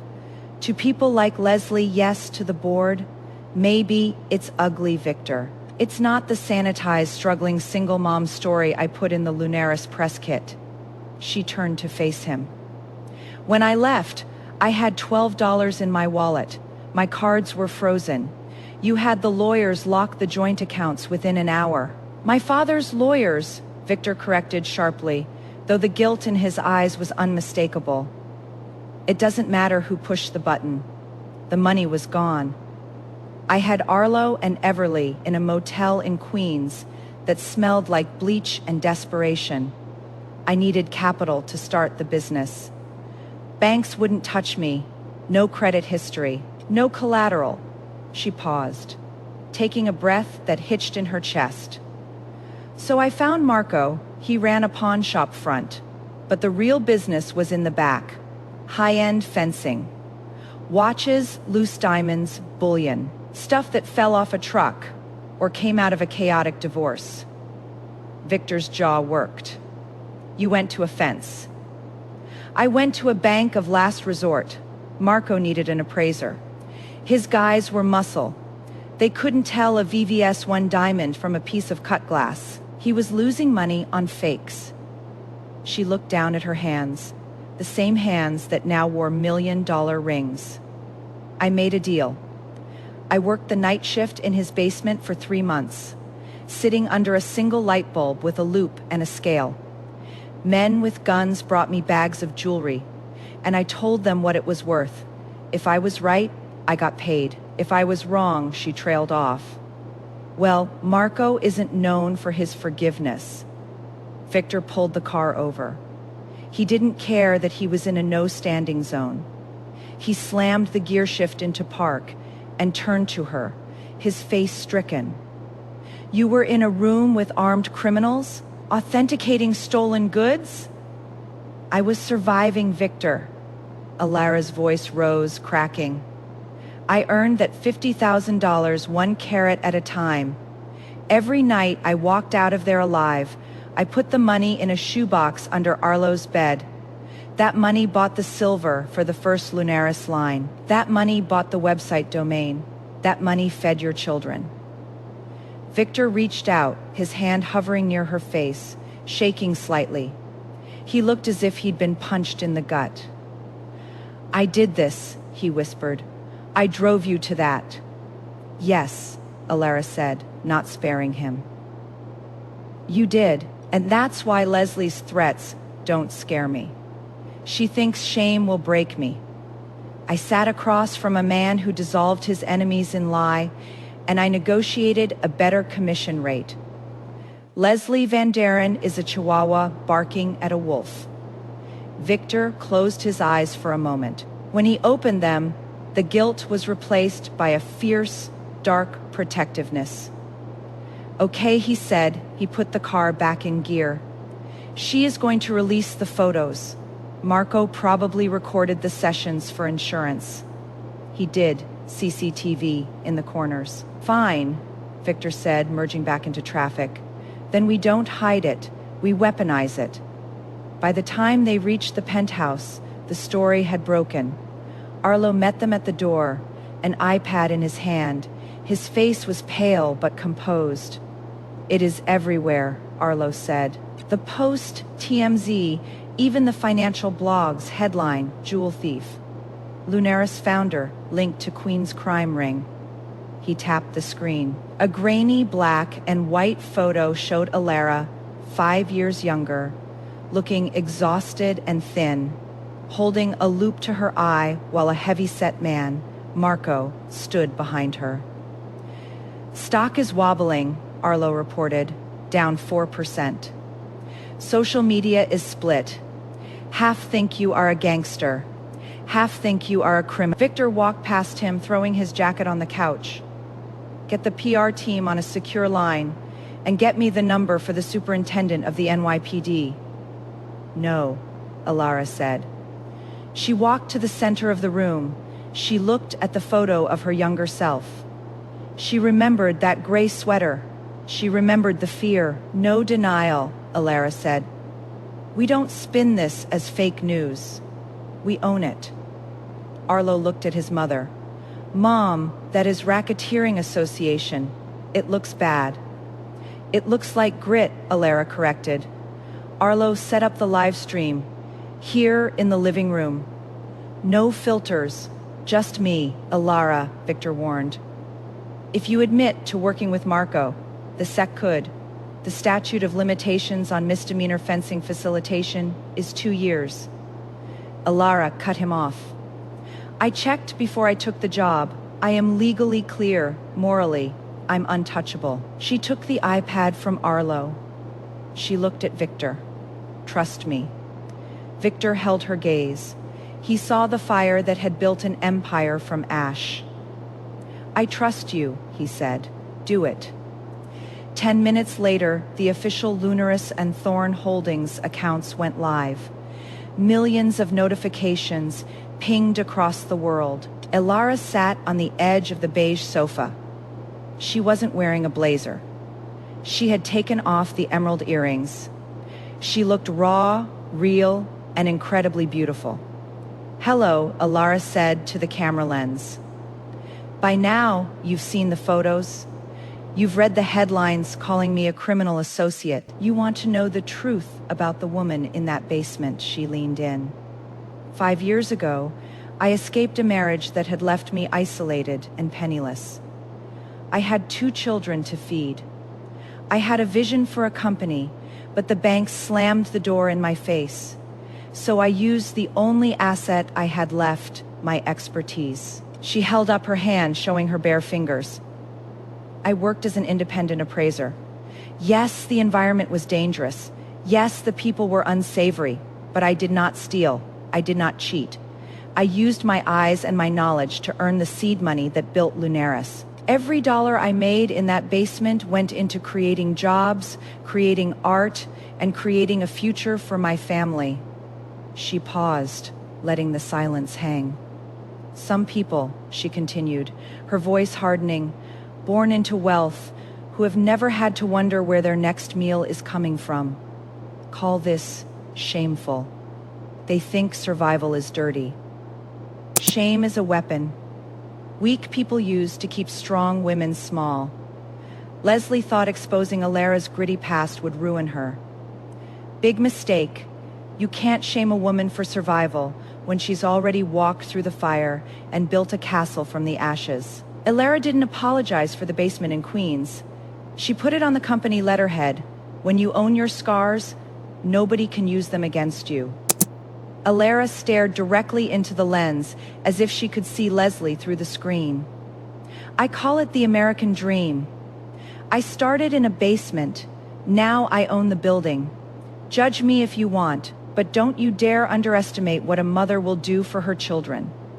She signaled Arlo to cut the feed. The room was silent. Well, Victor exhaled. That was. Arlo stared at the iPad, his eyes widened.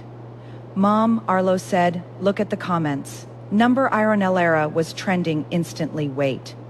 She's a badass, one comment read. I'd buy jewelry from her. She knows her stuff. Leslie Van Daren has never worked a day in her life. Team Alara. The stock, Victor asked. Arlo, check the ticker. Arlo refreshed the page. Up, Arlo laughed, disbelief in his voice. It is rallying, up 2%, 3%. People love it. They're calling it the origin story of the decade. Alara slumped back against the cushions, the adrenaline crashing. Victor sat down next to her, wrapping an arm around her shoulders. He pulled her close, and for the first time she let him take the weight.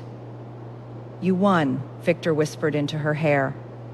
We're not done, Alara murmured, her eyes closing. Leslie played her ace. Now she has nothing left. Except the baby, Victor reminded her darkly. If she is pregnant. She is not, a voice said from the doorway. It was Everly. She was holding a stack of papers she had retrieved from the printer in Victor's home office. I was looking for coloring paper, the 7-year-old said, handing the sheets to Victor. But these kept coming out of the machine. It says, Private Investigator. Victor grabbed the papers. It was the report he had commissioned on Leslie the night of the dinner, finally auto. Forwarding to his home server, he scanned the document, his eyes narrowed. The medical records from her OGIN, Victor read. Last visit 2 weeks ago. Diagnosis, pseudo-ciasis induced by stress or fabrication. No fetus detected, recommended psychiatric evaluation. Victor looked up, his face stone cold.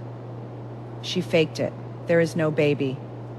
Alara sat up, the exhaustion vanishing. She faked a pregnancy to keep you trapped and tried to destroy my company to keep her allowance. Alara stood up. Victor, call the lawyers. Why? Because, Alara said, walking to the window and looking out at the city that tried to break her and failed. We're not just firing her. We're evicting her from our lives tonight. Where are we going? Victor asked, standing up to join her. To the press conference Silas Van Daren called for 6 p.m., Alara said. He wanted to announce his vote of no confidence to the media. Let's give him a show. She turned to him, and the phoenix ring on her finger caught the light. Ready to finish this, partner, Victor smiled. It was the smile of a man who finally knew who was on his team. After you, Madam Chair. The grand ballroom at the Pierre was filled to capacity. It was the kind of venue usually reserved for charity galas. But tonight, the air smelled of blood in the water. Silas Van Daren stood at the podium, bathed in the harsh glare of television lights. Behind him sat a tearful Leslie, dabbing her eyes with a lace handkerchief, playing the role of the discarded, expectant mother to perfection. "Ladies and gentlemen of the press," Silas intoned, his voice grave, "it brings me no joy to stand here, but the stability of Thorn Holdings is paramount. Victor Thorn has allowed a convicted criminal, a woman with ties to the criminal underworld, to hijack his judgment. He has abandoned his fiduciary duties and his moral obligations to his fiancée." Leslie let out a soft, audible sob for the microphones. "Therefore," Silas continued, puffing out his chest, "I am calling for an immediate emergency meeting of the board to remove Victor as CEO. We cannot have a leader who is compromised by..." Boom! The double doors at the back of the ballroom didn't just open, they were thrown wide. The heavy thud echoed through the room, silencing Silas mid-sentence. Every head turned. Every camera swiveled. Victor and Alara walked in. They moved in perfect sync, a unified front of charcoal wool and cold ambition. Victor looked dangerous, his eyes fixed on Silas. Alara looked serene, holding a simple manila folder as if it were a clutch purse. Compromised by who? Silas. Victor's voice carried across the room without a microphone. "By the woman who just saved the company's Q1 earnings?" Silas gripped the podium. "Security, remove them. This is a private press briefing." "Actually," Alara said, her heels clicking rhythmically on the parquet floor as they approached the stage, "Thorn Holdings is a public company, and as the acting chair of the board, I believe I have a right to address the shareholders." She didn't wait for permission. She walked up the stairs to the stage. Leslie shrank back in her chair, her eyes darting between Victor and the folder in Alara's hand. Alara stepped up to the podium. Silas tried to block her, but Victor stepped in, placing a heavy hand on the older man's shoulder. "Sit down, Silas," Victor murmured. It wasn't a request. Silas, looking at the fury in Victor's eyes, sank into a chair. Alara adjusted the microphone. She looked out at the sea of reporters. "Mr. Van Daren claims I am a liability," Alara began, her voice steady. "He claims my past makes me unfit. You've all seen my statement. You know where I came from. I built something from nothing. Mr. Van Daren, however, inherited his fortune and has spent the last decade trying to drain yours." A murmur went through the crowd. "But we aren't here to talk about business strategy," Alara said, turning slightly to look at Leslie. "We are here to talk about integrity. Mr. Van Daren's entire motion for Victor's removal rests on the claim of moral abandonment regarding his daughter's pregnancy." Leslie stood up, her face twisting. "Don't you dare, you're a thief. I am a mother," Alara cut her off, her voice turning to ice. "And I know what it takes to bring a life into this world. I know the cost and I know the joy." She opened the folder. "Which is why it is so heinous to use a child as a bargaining chip, especially a child that does not exist." The room went dead silent.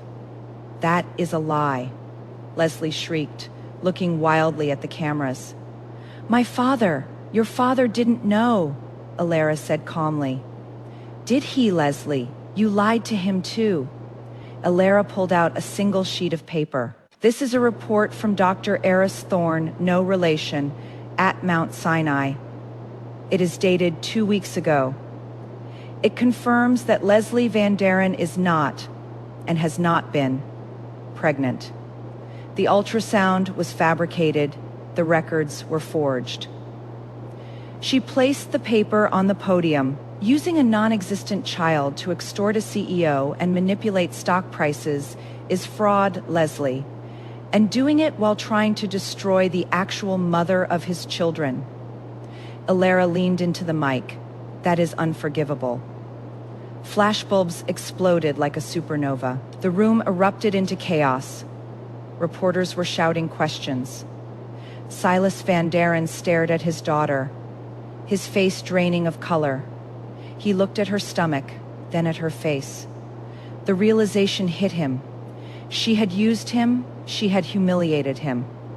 "Leslie," Silas whispered, "is this true?" Leslie was shaking. The tears were real now, born of panic.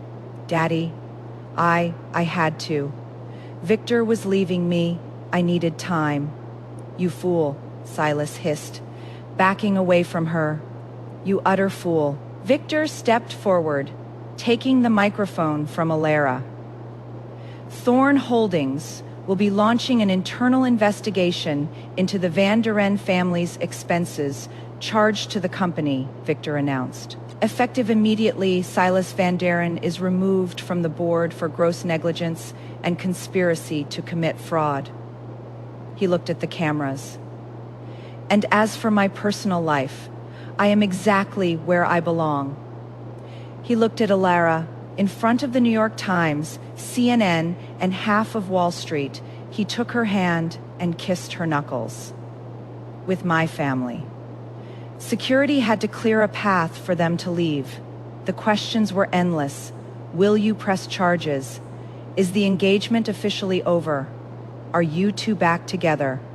But they answered none of them. They made it to the limo waiting at the side entrance. Arlo was inside, grinning like a Cheshire cat. "Twitter is melting," Arlo said as the doors closed, shutting out the noise. "Leslie is trending, but for all the wrong reasons. Fake baby is the #1 topic in the US. Silas's Wikipedia page has already been updated to say, former board member." Alara let out a long, shuddering breath and leaned her head back against the seat. "It is over." "Not quite," Victor said. He turned to Arlo. "Drop us at the park. Take the car back to the penthouse. Keep Everly safe." "The park?" Alara asked, opening her eyes. "Victor, it is raining." "I don't care," Victor said. "I need fresh air. I need to walk without a camera in my face." Arlo nodded. "You got it, boss." Central Park was empty, the paths slick and black with rain. The street lamps reflected in the puddles, creating a shattered mirror effect on the ground. Victor held an umbrella over Alara, shielding her from the drizzle. They walked in silence for a long time, the adrenaline of the press conference fading into a quiet exhaustion. They stopped at the Bethesda fountain. The angel atop the water looked down at them, stoic and enduring. Victor collapsed the umbrella and tossed it onto a bench. He didn't care about the rain anymore. "I have a question," he said, turning to her. "About the pie report," Alara asked, wiping a raindrop from her cheek. "I can explain how I got the password." "No," Victor said. He took a step closer. "About us." Alara stiffened slightly. "Victor, we worked well together today. We saved the company. We protected the kids. Let's not complicate it." "It is already complicated, Alara. You own half my soul. You always have." He reached into his pocket. For a terrifying second, Alara thought he was going to pull out a ring. She wasn't ready for that. She wasn't ready for the fairy tale. But he didn't pull out a ring. He pulled out a folded piece of paper. It looked old, worn at the creases, soft from years of being touched. "Do you know what this is?" he asked. Alara squinted in the dim light. "Number. 5 years ago," Victor said, his voice rough. "After the lawyers left, after the locks were changed. I found this in the trash in the master bedroom. You must have dropped it when you were packing." He unfolded it. It was a drawing. A crude crayon drawing done by a much younger Arlo. It showed 4 stick figures holding hands, a tall man, a woman, a boy, and a baby underneath. She remembered that drawing. She had cried over it the night she decided to leave, thinking she had failed to keep that promise. "I kept it," Victor said. "Every day for 5 years. I carried this in my pocket. Through every meeting, every deal, every lonely dinner with Leslie. It was my reminder of what I threw away. He held it out to her. The rain was starting to spot the paper. I don't want to buy you back, Alara. I don't want to acquire you like a company. I want to earn my way back into this picture. He pointed to the stick figure of the man. I want to be him again, the man you trusted, the man Arlo drew. Alara looked from the drawing to Victor's face. He was soaked, his hair plastered to his forehead, his expensive suit ruined. He looked vulnerable in a way the billionaire CEO never did. You have a lot of work to do, Alara whispered, her voice trembling. I know, Victor said. I am ready to work. I'll peel potatoes. I'll run interference with the press.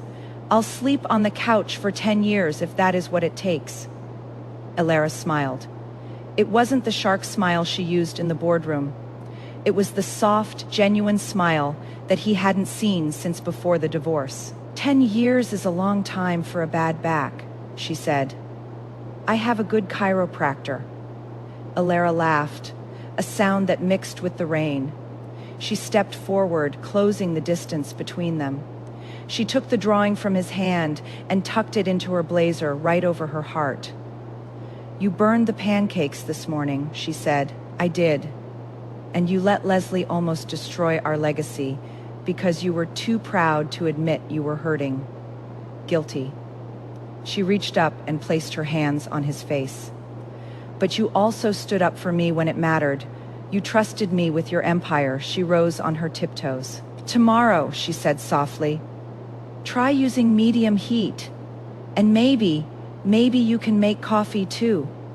Victor didn't hesitate. He kissed her. It wasn't a desperate kiss or an angry one. It was a promise. It tasted of rain and redemption. It felt like coming home after a long, cold war. When they pulled apart, the city lights seemed brighter. Let's go home, Victor said, to the guest room. Alara reminded him, arching an eyebrow. To the guest room, Victor agreed with a grin, for now. They walked back toward the park exit, hand in hand. The storm had passed. The stock market would open in the morning. The press would scream, and the world would keep turning. But for the first time in 5 years, the Thorne family was whole. And Alara Vance knew with absolute certainty that she would never have to run again. Let's be clear about one thing. Victor didn't win Alara back. He audited his life and realized he had made a bad trade. The most satisfying part of this story isn't the reunion. Honestly, I would have made him sleep on the couch for a decade, not a night. The satisfaction comes from the power dynamic shift. Alara didn't return as the wife. She returned as the chair of the board. She didn't need his money anymore because she learned how to make her own. Once you realize you are the table, you stop begging for a seat. So I want to hear from you in the comments. Alara took a severance package before she left. $11 million in assets. Do you think she was justified in draining the accounts of a cheating spouse to fund her escape? Or is an eye for an eye too messy for your taste? Let me know. I'll be sipping my tea and reading the debate Madam read out.